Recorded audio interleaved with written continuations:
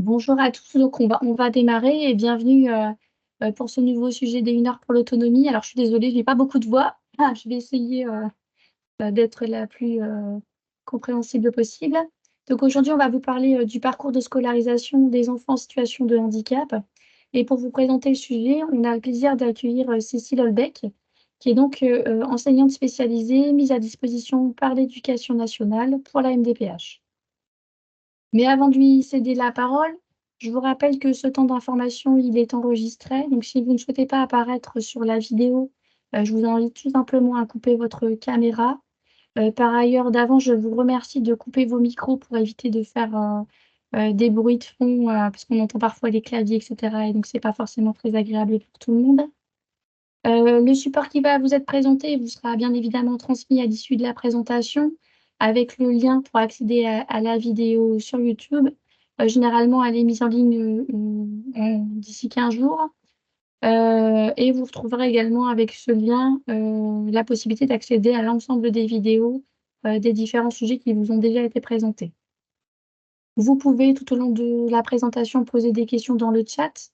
Compte tenu du format aujourd'hui et au regard du temps qui nous est imparti, il n'y a pas d'échange direct, mais en tout cas, ça vous permet, au travers du chat, de poser vos questions et nous, on y répond dans un second temps via une foire aux questions, qui est également transmis à l'ensemble des inscrits, avec le support de présentation. Et je vais enfin, céder la parole à Cécile. C'est à toi. Alors bonjour à tous, je vais aussi m'excuser par avance pour, le grain de voix, les éventuels, toux et voire, mouchages. Je suis désolée, je me suis fait attaquer par un virus, donc je vais faire du mieux que je peux. De fait, donc voilà, Emmeline m'a présentée, donc la présentation était complète, je n'ai rien à ajouter de plus, mis à part, peut-être que je suis évaluatrice à la MDPH depuis 3 ans maintenant, mais pour le reste, c'était parfait. Donc je vais, partager mon support. Hop,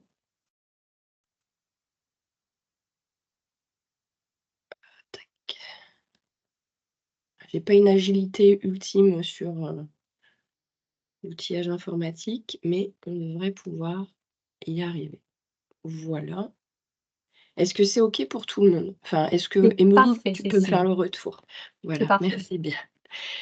Du coup, l'idée, c'est de balayer la question du parcours de scolarisation, alors de façon, relativement, synthétique parce que c'est quand même une question, un sujet sur lequel on pourrait passer, et on peut passer, facilement 2 heures et demie à 3 heures.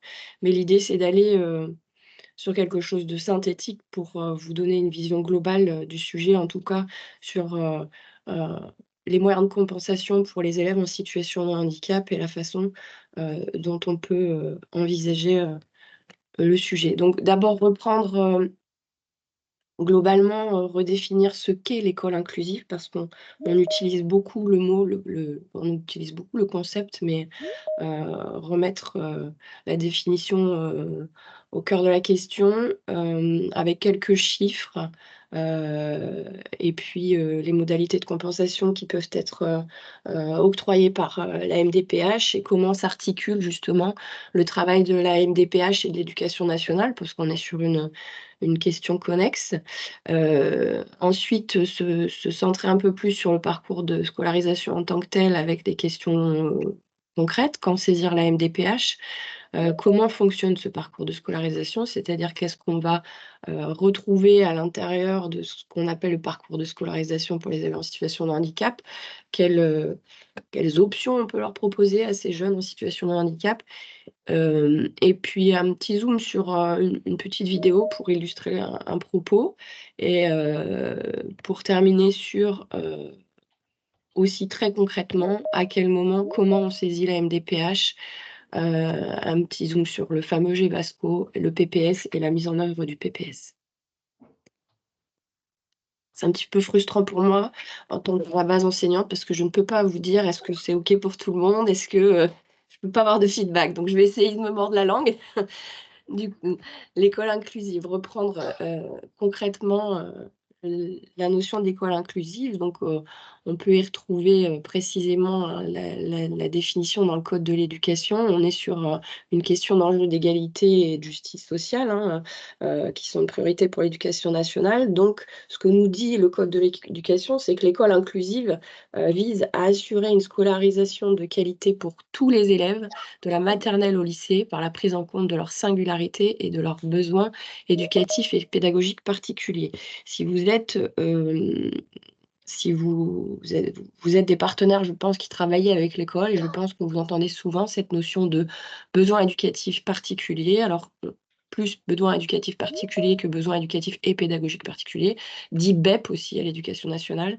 Donc, c'est une notion qui reprend, voilà. Donc l'école inclusive est pour les élèves à besoins éducatifs particuliers, et on entend par élève à besoins, éducatifs particuliers, tout élève qui est soit en situation de handicap, soit qui est un élève en grande difficulté scolaire, ou soit qui est un élève ou un enfant, en situation de maladie. Donc l'élève à besoins éducatifs particuliers n'est pas seulement l'élève en situation de handicap. On a aussi des élèves, en difficulté scolaire qui n'entrent pas dans le champ du handicap, mais l'école inclusive, elle regroupe tous ces enfants, tous ces élèves, sous ce grand chapeau d'école inclusive. Et par extension, elle regroupe forcément, heu, la globalité de tous les élèves scolarisés. Quelques chiffres, alors c'est vrai que ces dernières années, on a une augmentation, assez significative du nombre d'élèves, en situation, de handicap. On est à plus 38,6%. Alors pour anticiper peut-être, quelques questions sur, le pourquoi du comment, alors j'ai pas d'analyse fine et concrète à vous amener, mais on a quand même, je pense, une, heu, des diagnostics, qui sont plus posés pour les enfants, plus de, hem on les repère plus vite, ces enfants-là, sans doute. Ils sont mieux orientés, ils sont mieux accompagnés, et avec des diagnostics plus posés. Ça concourt sans doute, à ces chiffres-là, mais il y a d'autres facteurs, à prendre en considération, je pense. Donc ça représente dans le département du Nord 23 476 élèves précisément. Ces derniers temps, on a quand même une diminution globale de la croissance de l'effectif scolaire, mais malgré ça, le pourcentage d'élèves en situation de handicap, lui, continue à augmenter sensiblement. Il faut savoir qu'au niveau de notre département, on est au-dessus de la moyenne nationale au niveau du nombre, d'élèves en situation de handicap, puisque la moyenne nationale, c'est sur le territoire 3,20 d'élèves en situation de handicap, et nous, on est sur le département, 4,7 dans le Nord. Sur la répartition de ces élèves qui sont scolarisés, ces élèves handicapés, qui sont scolarisés, on a 68 de ces élèves, qui sont, scolarisés en milieu ordinaire. Alors, le terme n'est pas toujours très joli, mais on le positionne comme ça. On a 19 en ULIS, qui est un dispositif, scolaire aussi en milieu ordinaire, et 13 de l'effectif qui est en établissement médico, social. Au niveau des droits compensatoires qui peuvent être, notifiés par la MDPH, donc pour les rebalayer aussi, mais je pense que c'est quand même, pour la majeure partie d'entre vous, un sujet qui vous parle et que vous connaissez. L'octroi de l'AEEH, l'allocation d'éducation de l'enfant handicapé, qui se fait par la MDPH et qui est, mise en œuvre, enfin le paiement se fait par, la CAF. On va avoir toute la partie, qu'on appelle parcours de scolarisation et de formation, hein, dans le formulaire de demande, c'est indiqué comme tel, parcours de scolarisation, et dans le parcours de scolarisation, on va retrouver, différentes possibilités. Alors le PPS qui lui, dans le cadre d'une scolarisation d'un élève en situation de handicap, est toujours obligatoire. On va toujours le retrouver puisque c'est lui qui va venir, compiler, les éléments de compensation pour la scolarisation de l'enfant. On va avoir, l'octroi de l'AESH, AESH-M ou I selon la modalité d'accompagnement des élèves en situation de handicap. On va avoir toute la partie, matériel pédagogique adapté, qui reprend à la fois l'utilisation de l'outil informatique, mais pas que. Ça reprend aussi le mobilier. Le mobilier rentre sous ce chapeau de matériel pédagogique adapté. On va avoir le maintien en grande section et uniquement en grande section. Les autres, je rappelle au passage que les autres niveaux relèvent de l'éducation nationale et l'orientation en ULIS. Le transport des élèves en situation de handicap relève du département. Nous ne statuons pas à la MDPH sur le transport des élèves en situation de handicap. La RQTH, avec un octroi légalement à partir de l'âge de 16 ans. Tout ce qui est orientation médico-sociale, les DITEP, les CESAD, les IME ou IEM. Je passe un peu vite parce qu'on va y revenir après. La PCH, et les cartes. Carte mobilité inclusion, priorité invalidité ou carte mobilité inclusion stationnement.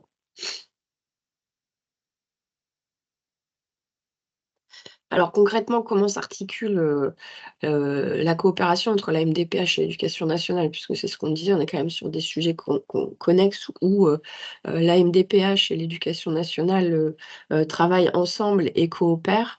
Donc au niveau départemental, on a une connexion et une coopération qui se fait entre, chargé de mission enfance de la MDPH et l'IEN-ASH, départemental, qui est monsieur Reynolds Mazu. Alors, je suis gênée parce que j'ai un feedback dans mon ordinateur. Ah, c'est bon. Donc IEN-ASH, c'est un inspecteur de l'éducation nationale. ASH, c'est un terme qui est là depuis, c'est un acronyme qui est là depuis très longtemps, et qui est posé depuis pas mal d'années et qui signifie adaptation scolaire et scolarisation des élèves handicapés. Donc ça au niveau départemental. Au niveau, si on resserre un petit peu au niveau territorial, donc sur les territoires, correspondant aux différents pôles d'activité de la MDPH et bassins de l'éducation nationale, qui ne sont pas tout à fait identiques.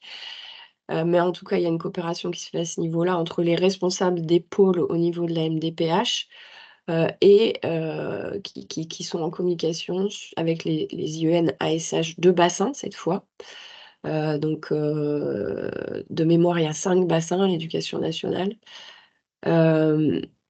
Et puis, vient ensuite alors là, sur la territoriale, on va être sur, des cas, complexes, hein, une communication au niveau de situation complexe pour des jeunes, de risque de rupture de parcours, de difficultés, très très ciblées, où la communication va se mettre en place et la coopération va se mettre en place. Et au niveau du territoire, mais de façon encore plus, resserrée, on va avoir, une coopération, qui va se faire entre les évaluateurs à la MDPH et principalement les enseignants référents, RZ, enseignants référents pour la scolarisation des élèves handicapés. Ou parfois sur les évaluations, on peut, aller rechercher, des compléments d'information auprès des enseignants référents, ou les enseignants référents peuvent aussi interpeller sur des situations un petit peu sensibles ou urgentes, les évaluateurs.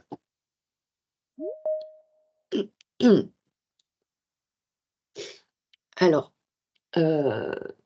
pour, rentrer un petit peu plus après ces éléments un petit peu plus généraux, rentrer un petit peu plus, au cœur du sujet, et voir un petit peu quand on saisit la MDPH, comment tout ça s'articule, concrètement.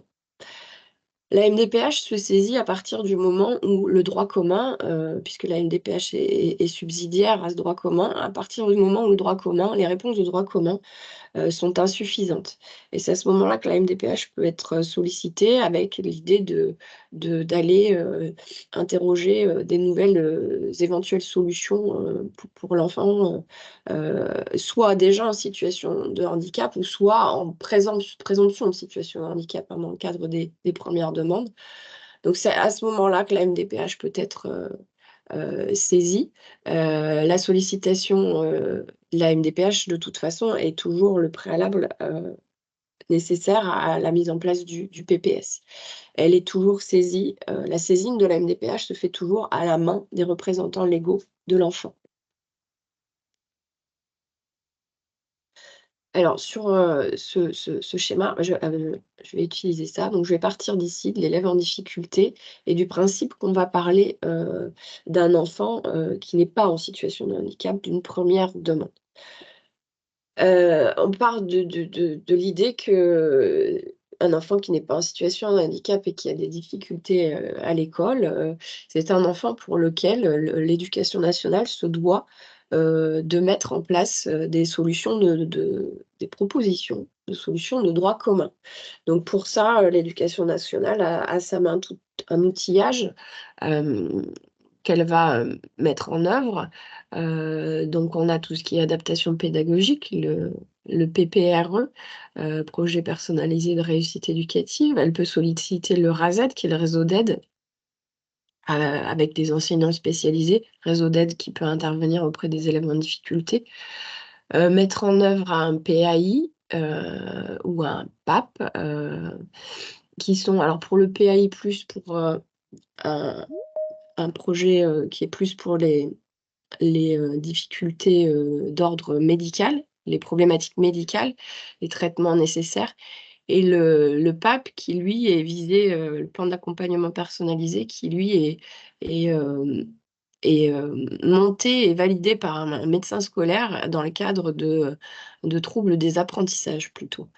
Où on va, venir, faire l'état des lieux et proposer, des adaptations pédagogiques. Donc tout ça, c'est l'outillage de droit commun qu'a récemment l'éducation nationale.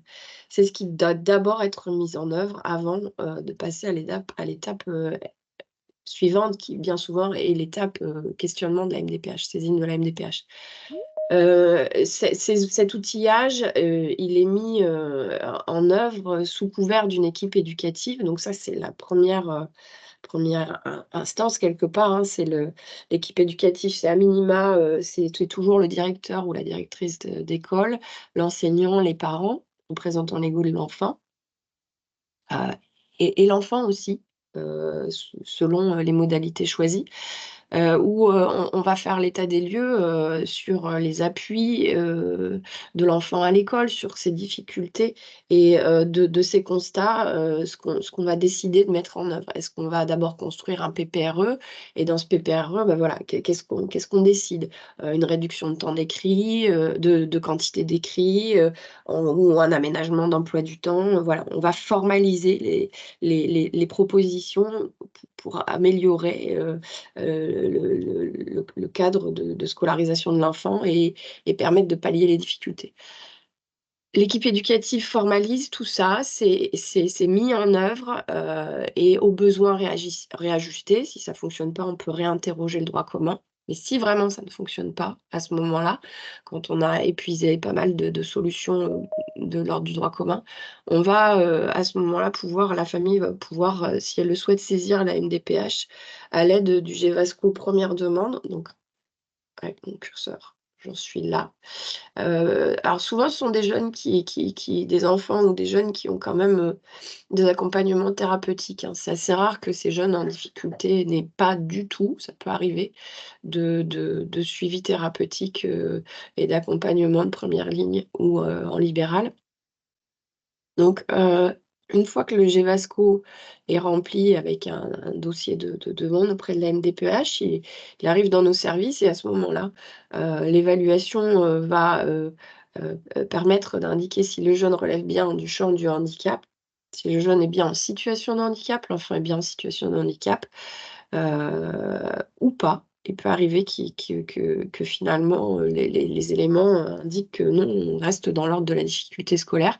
À ce moment-là, on renvoie vers le droit commun, hein, et par contre, si le jeune est bien en situation de handicap, on rentre ici dans un, second, j'allais dire un second, circuit, mais, bon, vous voyez, hein, on voit bien qu'on arrive sur quelque chose après qui va tourner, un peu, en boucle. Donc, situation de handicap, la MDPH va éditer un PPS, un plan personnalisé de scolarisation, où on va retrouver, tous les droits à compensation attribués par la CDAPH. Ce PPS est mis en œuvre par l'équipe pédagogique et chaque année, l'équipe de suivi de scolarisation est rassemblée, sous couvert de l'enseignant référent qui régule cette équipe de suivi de scolarisation pour faire le point sur les compensations et adaptations mises en œuvre. Est-ce que ça fonctionne? Est-ce que ça ne fonctionne pas? Si ça fonctionne, on poursuit. Si ça ne fonctionne pas, qu'est-ce qu'on peut, envisager? Quel est le projet? Et de fait, là, on peut envoyer une demande de réexamen de la situation à la MDPH qui va réévaluer la situation au besoin et rééditer un nouveau PPS, si nécessaire. Et c'est là que le champ légal de l'enseignant référent, se met, en place. C'est à partir du moment où l'élève est en situation de handicap. Avant, c'est l'équipe éducative qui se charge de remplir le GEVASCO. Alors, il y a des pratiques qui font que certains enseignants référents accompagnent parfois, la première étape, sur l'équipe éducative et le GEVASCO preneur de main. Alors, il est intéressant aussi dans cette dynamique d'école inclusive, de se dire que tous les acteurs, en tout cas, l'éducation nationale, la MDPH, les établissements médico-sociaux, sont dans la même dynamique de l'idée que ce qui prévaut, c'est la scolarisation dans le milieu de vie ordinaire de l'enfant, à savoir, l'école. C'est ce qui est, en tout cas, j'ai dit ça prévaut, mais c'est ce qui est en tout cas privilégié, dans la mesure où, c'est aussi soutenu par le projet de la famille, autant que faire se peut, bien évidemment. Hem et les fonctionnements actuels même des établissements médicaux, sociaux avec, la modification de l'offre médico-sociale amènent aussi et tendent à ça avec des dispositifs, qui ont été créés il y a quelques années maintenant d'unités d'enseignement externalisées où même si, l'enfant est en institut médico-éducatif, on a une dynamique de retour vers l'école avec ces dispositifs, d'unités d'enseignement externalisées qui sont finalement les classes les petites classes, les unités d'enseignement qui sont au sein des instituts médico-éducatifs qui se reportent, qui se délocalisent, dans les écoles et qui vont vivre, dans les écoles, dans le milieu de vie ordinaire de l'enfant, d'une façon, totalement, naturelle. Je vous propose pour illustrer un peu cette dynamique et ce questionnement autour de ça, une petite vidéo qui a été, faite par le GAPAS. L'école. L'école, c'est la récré, les profs, la cantine, les copains. L'Institut d'éducation motrice, c'est aussi les copains, la cantine, la récré, mais ici, elle est différente. À l'école, on apprend à vivre ensemble, on apprend de soi, on apprend des autres. À l'école, on est un élève. À l'Institut d'éducation motrice, il y a aussi des apprentissages, soutenus par une équipe éducative et par des professionnels de compétences multiples. Mais ici, il n'y a pas d'élèves. L'école ici, c'est une unité d'enseignement externalisée, une classe dans l'école pour 6 élèves. Pour Noran, Nejma, Maxence, Alexis, Sankumba et Nicolas et bien d'autres, il n'y a pas de classe, pas d'école. Ou alors, quelques heures par semaine, chacun son tour. Ces jeunes exceptionnels ont des besoins singuliers. Le vivre ensemble permet à chacun de rencontrer la différence, de s'enrichir de cette différence. L'école est un facilitateur de la participation sociale. Pour que chaque élève, pour que tous ces élèves puissent prendre leur place comme les autres citoyens et exercer un rôle social, utiliser leurs capacités et développer des compétences. Notre responsabilité collective pour rendre cela possible est de nous engager à mettre en œuvre des moyens adaptés, des programmes adaptés, leur permettant d'être à l'école. Ensemble, acteurs de l'éducation nationale et du médico-social, agissons pour faire que cette participation sociale soit une réalité pour tous. Ensemble, agissons pour construire l'inclusion scolaire qui permettra que cette volonté devienne une réalité pour tous.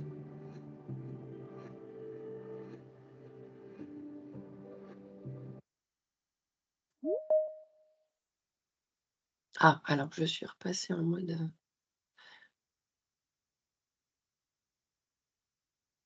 Ah, et je suis revenue au début. C'est formidable. Hop, je vais faire comme ça ira plus vite que de... Voilà. Ah, c'est toujours très frustrant d'être dans le silence, hein, et de ne pas pouvoir échanger sur le support. Donc voilà, c'est une vidéo qui certes amène à un questionnement, mais c'est aussi pour se repositionner sur cette idée que la dynamique actuelle est bien celle-là, en tout cas pour les partenaires que sont l'AMDPH, l'éducation nationale et le médico-social, dans la mesure du projet, dans la mesure des possibilités de chaque jeune, de la question de l'autodétermination et des projets aussi des familles.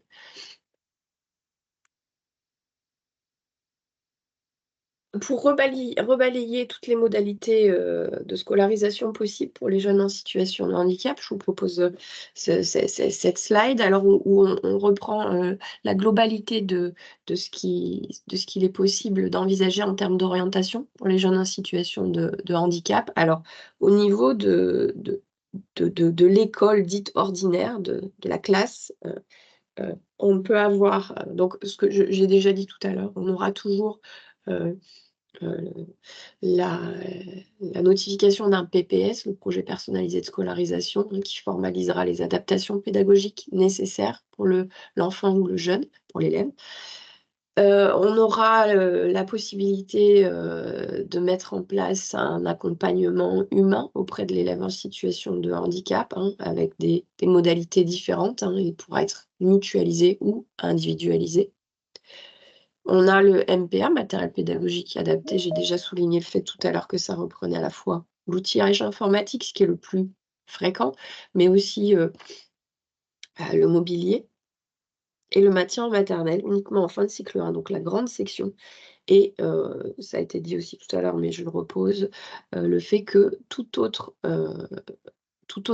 éventuel maintien en dehors de la grande section est à la main de l'Éducation nationale et de l'inspecteur de circonscription.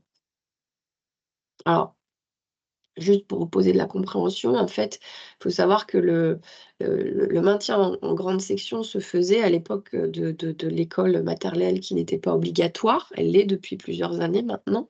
Et de fait, on ne pouvait pas maintenir un élève dans une école qui n'était pas obligatoire.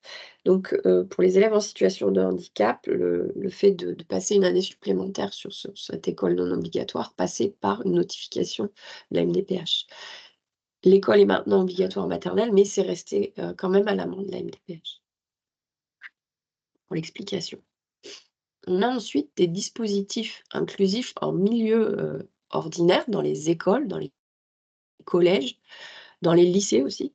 Donc on a les ULIS, unités localisées pour l'inclusion scolaire, qui ont typiquement un fonctionnement éducation nationale, qu'on va retrouver majoritairement dans les écoles. La plus grosse le plus grand nombre d'ULIS est implanté dans les écoles. Dans les collèges, ça continue à se développer. Il y a un travail qui est fait pour continuer à développer ces ULIS en collège, pour pouvoir, avec les cohortes qui puissent se suivre aussi.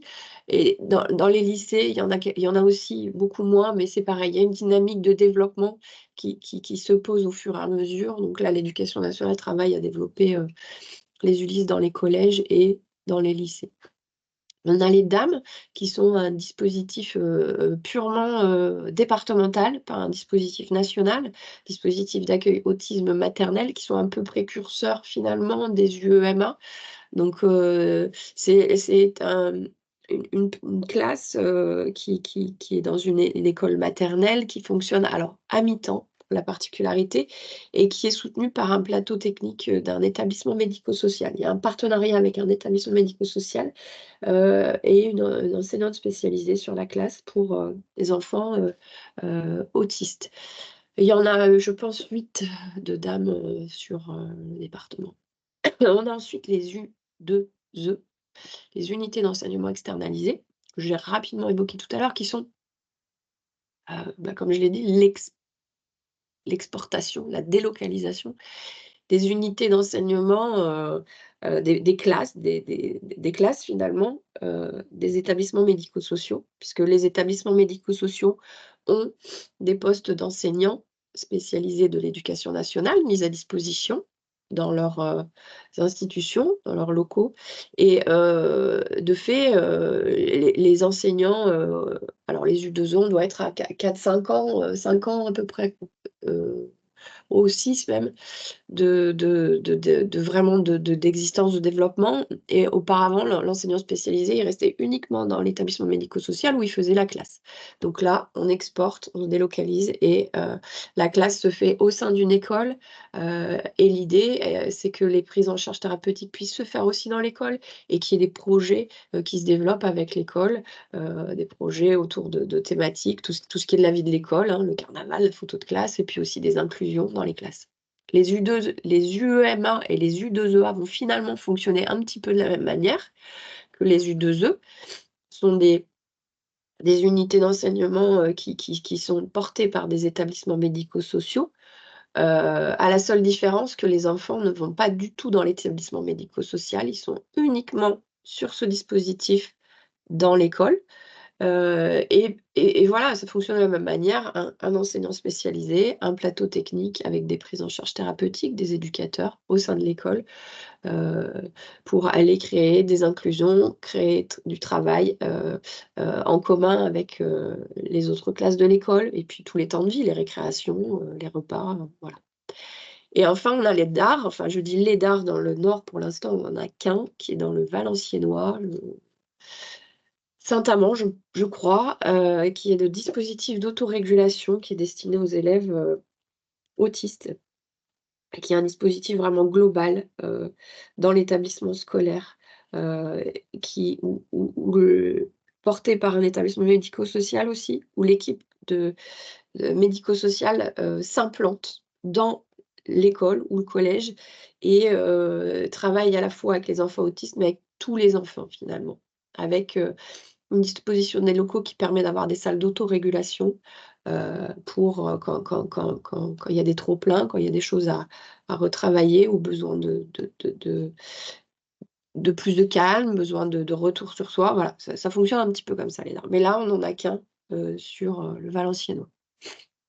Dispositif très jeune, le DAR.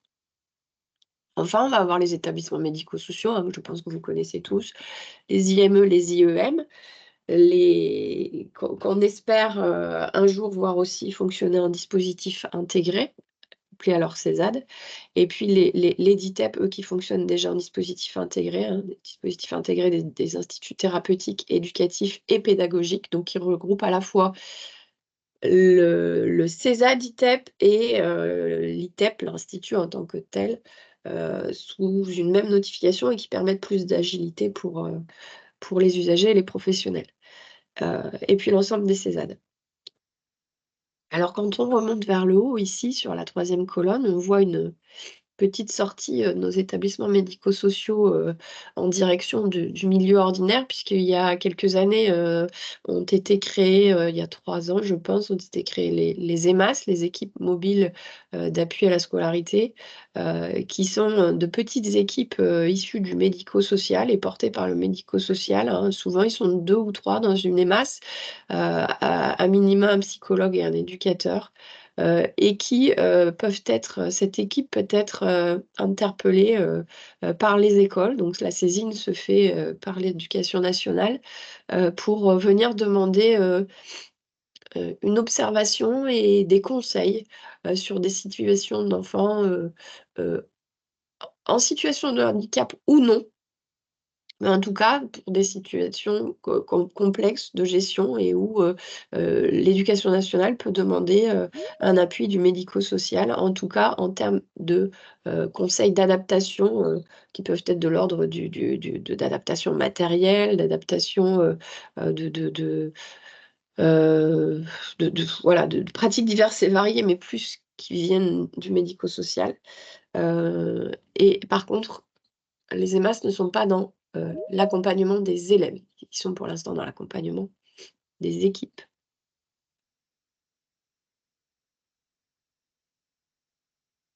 Je reviens ici puisqu'on est dans le sujet vraiment recentré au cœur du parcours de scolarisation et de l'école. On en a parlé tout à l'heure rapidement des enseignants référents. Pour repositionner vraiment leur mission, donc ils ont déjà une mission de coopération un peu, j'allais dire tripartite.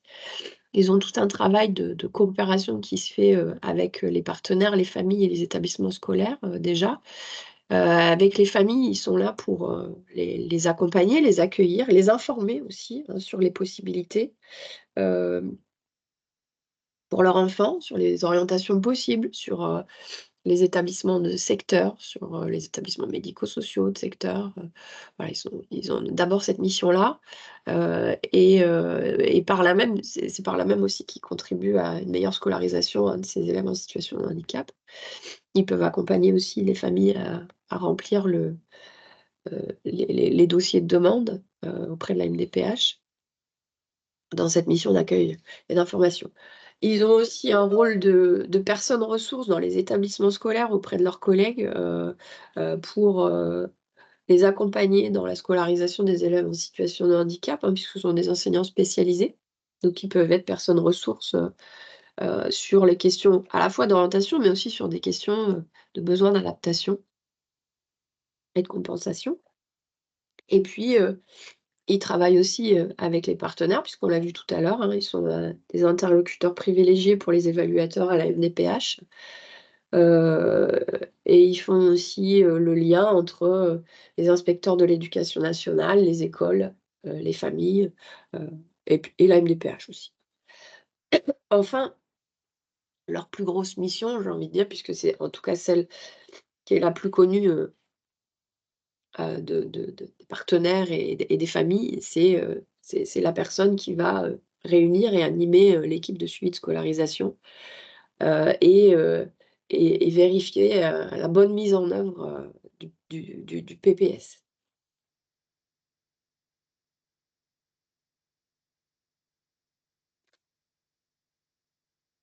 Alors, excusez-moi, j'avais annoncé, hein, que j'étais désolée pour les éventuels mouchages. Hem, pour, pour finaliser ce balayage de la question du parcours de scolarisation, hein, parce que j'ai dit on pourrait développer, encore plus.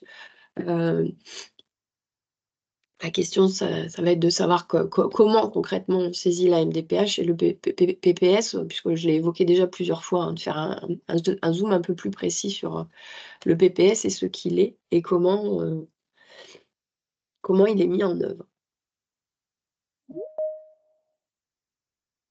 Alors comment on sollicite la MDPH? Eh bien, on le sollicite, et je pense que vous le savez tous, via, le formulaire, de demande, le CERFA, heu, avec, heu, l'idée de ch plusieurs éléments à retenir, un peu différents. C'est-à-dire que, il faut d'abord, que le dossier de demande soit avant tout recevable et pour être recevable, il y a des éléments, heu obligatoires à fournir. Donc le dossier de demande, dûment rempli. Alors dûment, je vais dire que ça va être, obligatoirement la partie administrative avec, les identités, les adresses, la signature, là où les signatures et la date. Alors je dis là où les parce que c'est une question qui revient souvent avec les partenaires. Heu, les dans les meilleurs, enfin les signatures des représentants légaux et dans le cas de situations complexes où, l'un des parents n'est plus présent ou il est la ma le second parent est dans l'impossibilité de faire signer ce document, aux parents, eh bien, il suffit de l'indiquer sur papier libre très très succinctement, les raisons de cette incapacité à avoir 2 signatures. Donc le dossier de demande, à minima rempli sur, identité, adresse, signature, date, puisque dans le cadre de la demande générique, même si il n'était pas rempli dans son intégralité sur la suite, nous devons à la MDPH heu, proposer des éléments de compensation au regard de tous les autres éléments qu'on aura dans le dossier. Donc si la totalité est remplie, c'est très bien et parfait, avec un projet de vie, avec des demandes, précises. Si ce n'est pas le cas, nous étudierons quand même, la situation et nous répondrons aux besoins de compensation. On doit avoir avec ça le certificat médical rempli, sachant que ce certificat médical est valable 1 an. Donc si au cours d'une année, on doit déposer 2 demandes, il n'est pas nécessaire de refaire faire le certificat médical. Il suffit de préciser dans le dossier qu'il y a un certificat médical qui a déjà été déposé 3 mois ou 4 mois auparavant ou 5 mois et que donc il y en a un qui est valable déjà, dans nos services puisque tout est numérisé et que tout est conservé dans l'armoire numérique. Quand on retourne dans les dossiers, on retrouve tous ces éléments-là. Donc qui est valable 1 an. Avec ça, on doit joindre un justificatif, justificatif d'identité des représentants légaux. Pour l'enfant, l'acte de naissance ou pièce d'identité, carte d'identité ou passeport. L'un ou l'autre, parce que tous les enfants n'ont pas une pièce d'identité. Donc dans le cas où il n'y a pas de pièce d'identité, acte de naissance, voire livret de famille. Et puis, justificatif de domicile. Donc ça, c'est la partie, minimale pour que le dossier soit recevable. Cependant, même si, le reste des éléments n'est pas obligatoire, le reste des éléments étant tout de même nécessaire. Si on n'a que cette base obligatoire, est très difficile, juste à l'aide d'un certificat médical, d'aller établir un plan de compensation fin et précis, pour un enfant.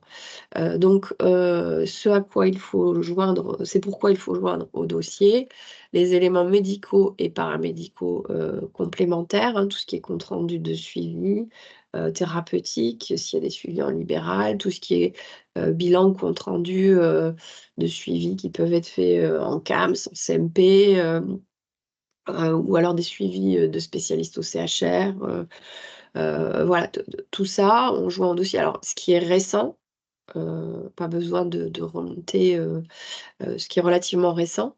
Et puis, dans un 3e temps, les éléments d'évaluation scolaire qui, eux aussi, ne sont pas obligatoires mais nécessaires. Donc le GEVASCO, première demande ou réexamen. Le compte rendu, d'équipe éducative ou d'équipe de suivi de scolarisation, quand il est, en la possession des parents, puisque c'est vraiment un document qui vient bien compléter, le GEVASCO et qui permet d'avoir, la teneur des échanges, lors de l'ESS ou de l'équipe éducative.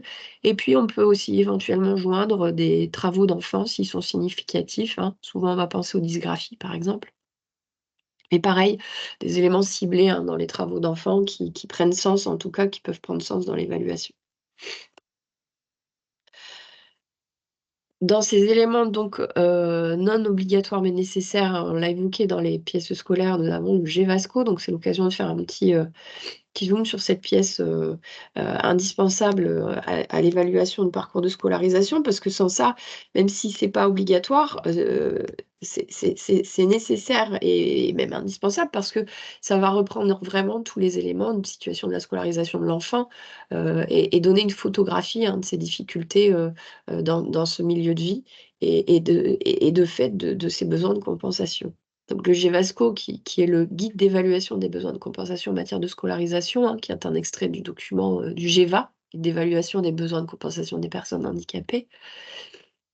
Donc c'est ce que je disais, hein, c'est à quoi il sert? Bah, il est défini comme un outil d'observation partagée, d'échange entre partenaires, de recueil et de transmission d'informations relatives au parcours de scolarisation d'un élève en situation de handicap. C'est ce que je vous disais, c'est vraiment la photographie de l'enfant dans le milieu scolaire, de savoir, qu'on puisse, voir, quelles sont ses difficultés dans les apprentissages, quelles peuvent être ses difficultés, de relation avec les pairs.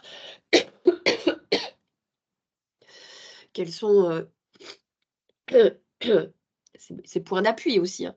On n'est pas que dans une retranscription des difficultés, on a aussi toute une partie de points d'appui qui peut apparaître dans le GEVASCO. Quel est le projet de la famille aussi à la fin?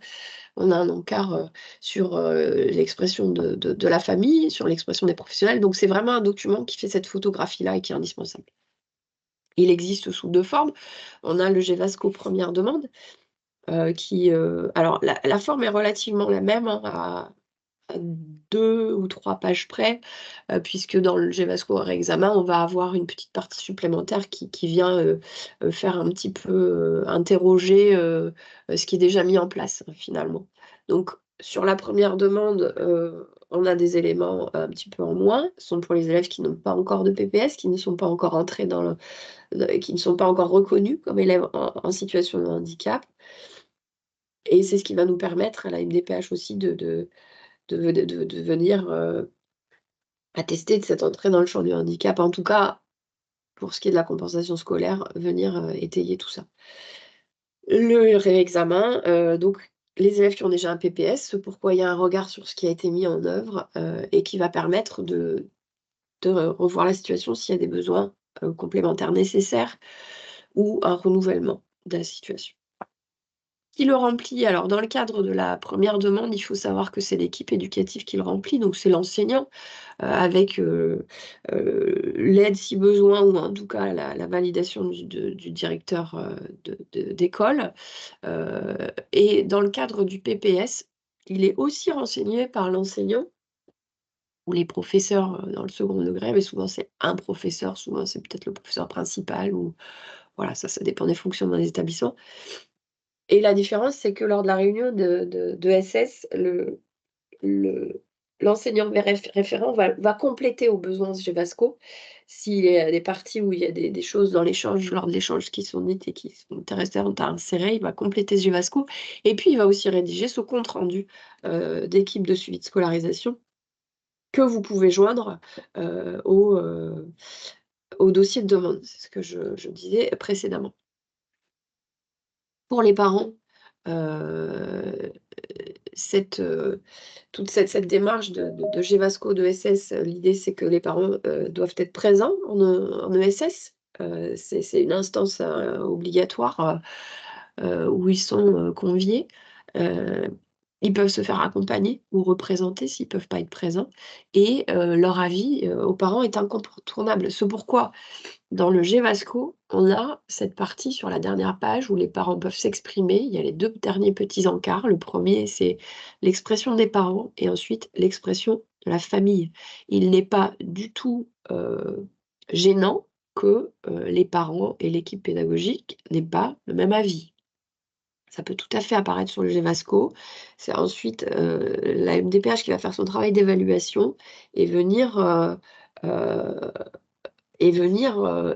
compenser les besoins compenser les besoins de l'enfant comme il se doit. Mais en tout cas, le fait que les parents et l'équipe pédagogique ne soient pas d'accord n'est pas, il n'y a pas de consensus à avoir en tout cas. Il n'est pas obligatoire le consensus. Pour un petit peu plus de précision, hein, on a parce que c'est un petit peu plus complet là, je suis allée vraiment sur l'essentiel sur le GEVASCO, mais vous pouvez retrouver encore un peu plus de complémentarité d'informations sur le lien en dessous, la source. Et en fin de diapo, je vous ai mis quelques liens pour aller un petit peu plus loin.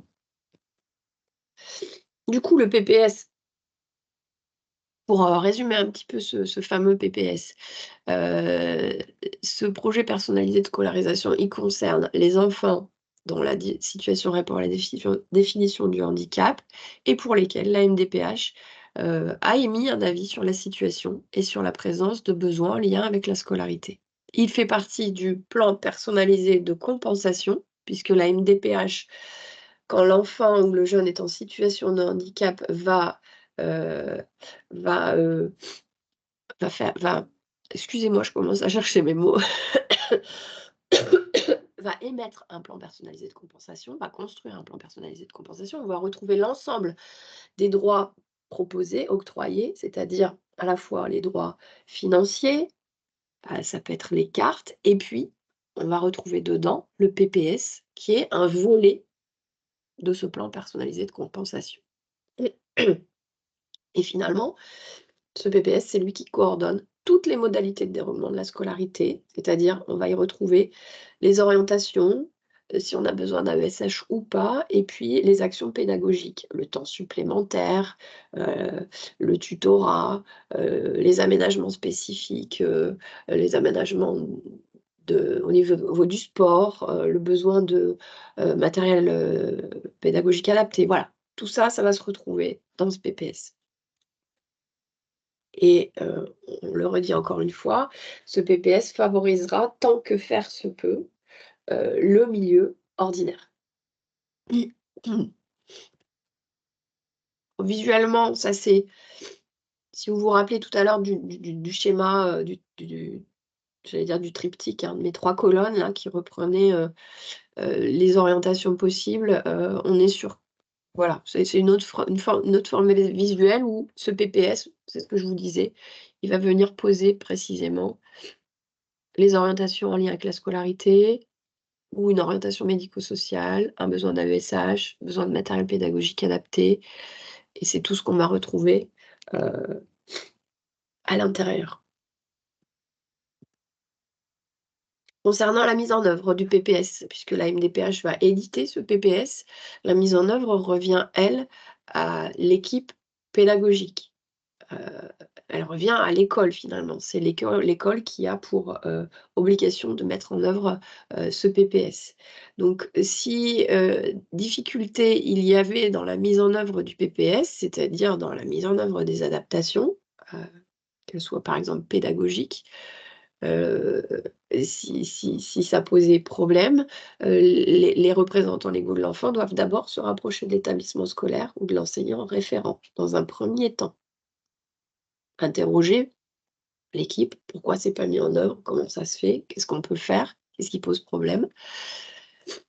L'enseignant référent aussi, c'est tout à fait possible. Dans un second temps, ils peuvent interpeller la cellule départementale d'écoute et de réponse aux parents, qui est la cellule école inclusive, hein. Je vous ai mis la petite pastille, école inclusive avec un numéro de téléphone, numéro unique, et il y a même une adresse mail, où là, il suffit d'exposer la situation et sous 48 heures, il y a un retour qui est fait sur la situation.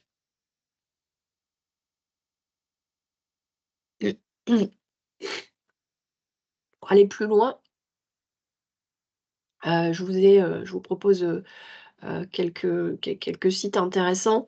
Alors d'abord, pour retrouver les coordonnées d'un enseignant référent, ce qui peut être fort utile parfois, vous pouvez les retrouver sur le site de l'Académie de Lille, hein, sur ce lien. Vous tomberez directement dessus enfin, vous allez les retrouver listés par bassin.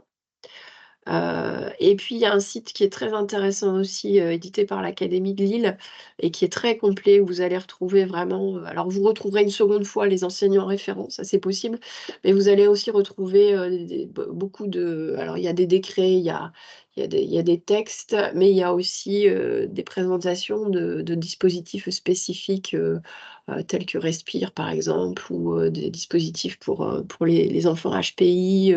Vous allez retrouver pas mal, voilà, il faut balayer ce site, il y a pas mal de choses à y découvrir. Et après, au niveau national, vous avez aussi 3 possibilités où on peut aller chercher pas mal d'informations, et surtout la dernière, à destination des parents, sur monparcourshandicap.gouv.fr, où, alors là, j'ai mis directement le lien vers la page de scolarité, mais sur ce site, sinon, si vous allez sur monparcourshandicap.gouv.fr, vous avez une pastille scolarité, et où il y a pas mal d'informations. On va retrouver tout ce qui est autour du GVASCO, autour de comment un petit peu s'y prendre pour aborder la scolarisation de son enfant en situation de handicap.